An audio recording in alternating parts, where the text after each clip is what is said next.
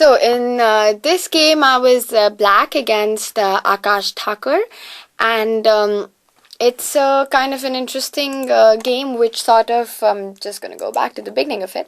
So which sort of shows how the side that has space advantage must continue to play, and how if you're on the defending side of it, you must constantly, if you have less space, you must look for breaks to like free your position, just anything, because if you continue being passive, your opponent probably in all probability is going to overplay you.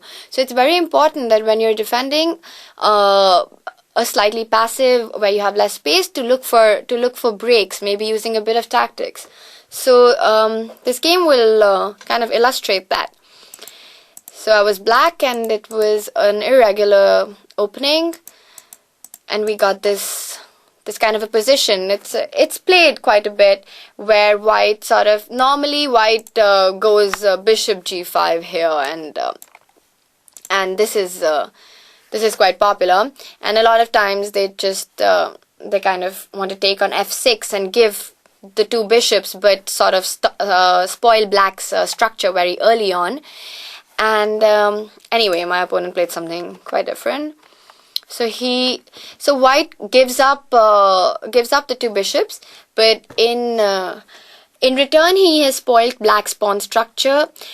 In this sort of a position, white must try to play e4 at some point, and that's normally how he does it and keep his knights centralized. My opponent went e3, bishop g7. I'm gonna just run through the moves, because just to get to the point where I want to talk a bit about space and world-changing things like that. So when c5, c3, playing in the center, black is trying to open the position because he has double bishop. White should have probably, just to go back a little bit. If white gets e4, he's probably okay. So which is why black also plays f5, defending on e4. And for that matter, maybe it's interesting for white to play e4 here. I haven't analyzed this position. It just leads to very different positions. I take here, you take here, f5. I think black is okay, white is okay, everybody's okay. It's just a very different game, just a different way to play it, different from how it happened in the game. So going back to my game, it continued for a few more moves. But I feel white continued to be passive, and black managed to get everything in place and a good position. So I put all my pieces in the center, put my knight on e4. The point is that if white, anytime that white takes, black takes with the f pawn, your pawn structure is sorted, you have double bishops. It's not winning, nowhere close, but it's a very, very good position, a very comfortable position to play with black. So now this is the point where I want to stop. I think black has done everything to improve his position, to get a good position. White has made some moves, some passive, some not so passive, and and we have this position with us. Now black must decide how he wants to continue playing. The thing is, like, black has a space advantage here, clearly, because space advantage is mainly based on the kind of pawn structure the position has. And this is white's, and black, as we see, has double pawns, but I don't think it's a weakness here. He's got more space, he's got two bishops, he's playing well. The point with space advantage is that you always try to work on it. You try to push your pawns forward, gaining more and more space and crushing more space for your opponent. So here, black's idea is to somehow, increase the pressure on the queen side. That is what he wants to do. But you have to be accurate about it, and I wasn't, unfortunately, in the game. In the game, it was my plan as well, and I played c4. Now, the point is that here the correct way to play this idea is to go knight d6.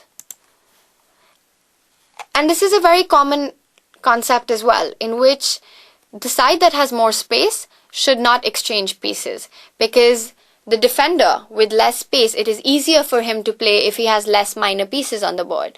So whenever you know, bigger space, you have more places to move around with your pieces, and your opponent does not, you try to maintain as many minor pieces, as many pieces as you possibly can. So knight d6 was correct. When we want to grow our space, we want to keep more pieces on the board. So white goes bishop a6, trying to eliminate minor pieces. We refuse, and as black is threatening to play c4, not c3, c4 and b5, and there are going to be problems with this bishop, he probably must come back, and white goes c4, bishop c2, plays b5, and with a very, very good position, a very solid advantage, white does not have any play. Black is going to go forward with the plan to get b4. Just a small variation, for example, knight f3, he goes rook to b8. It's very difficult for white to even find moves. For example, b5, knight f3, we go rook to b8. No idea what just happened. And now, for example, white plays anything. Black wants to, for example, I don't know, h4. We want to take on a1, and you take on a1, and I want to go b4. So it's a very good position. Black is going to continue putting pressure on the queen side, and there's absolutely no problems that he has. So a slightly better position. Very difficult for white to play because of lack of space. At some point, we can even transfer this bishop to a more active place, play knight to b5, put more pressure on c3, and so on. So this was the correct thing to do. Now, I played c4 with a similar idea that I want to go knight d6 the next move and play b5 and play b4. But unfortunately, I missed something here, and maybe you could just think about what it could be that white should play. He's clearly defending, but what is it that you can do? So here, my opponent correctly immediately took on knight e4, not giving me the opportunity to go back knight d6 and continue with my plan. I take on fe4.